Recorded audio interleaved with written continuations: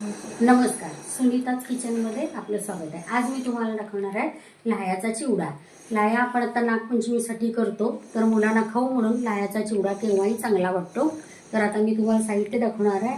पिठी साखर, मेथकूट, मिरची पूड, मीठ, त्यात घालायला फुटाण्याची डाळ, शेंगदाणे, कढीपत्ता आणि लाह्या। आता आपण फोडणी करून घेऊया। हे फोडणीला तेल घालायचं।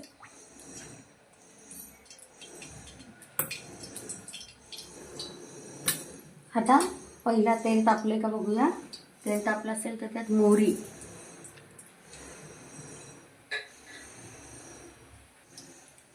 जिरे,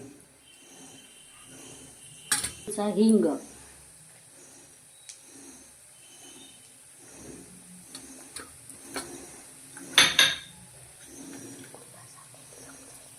एक चमचा हिंग, एक चमचा हळद, त्यामध्ये कढीपत्ता जरा असा हलवून घ्यायचा। थोडा चुरचुरीत झाला की त्यात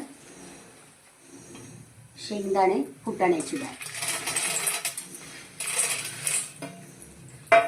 हे एकसारखं करून घ्यायचं।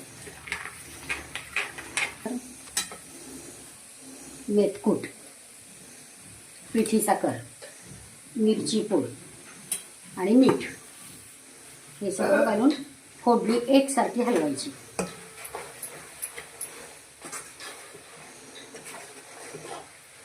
थोडी फोडणी गार होत आली की त्यावर लाह्या घालायच्या। आता मी या लाह्या घालते यावर।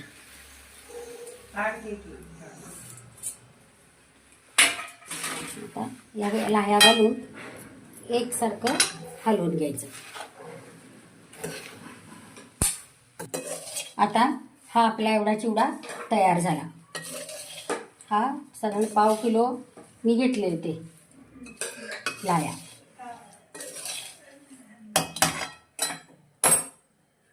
रेसिपी आवडल्यास सबस्क्राईब करा, लाईक करा, शेअर करा। धन्यवाद।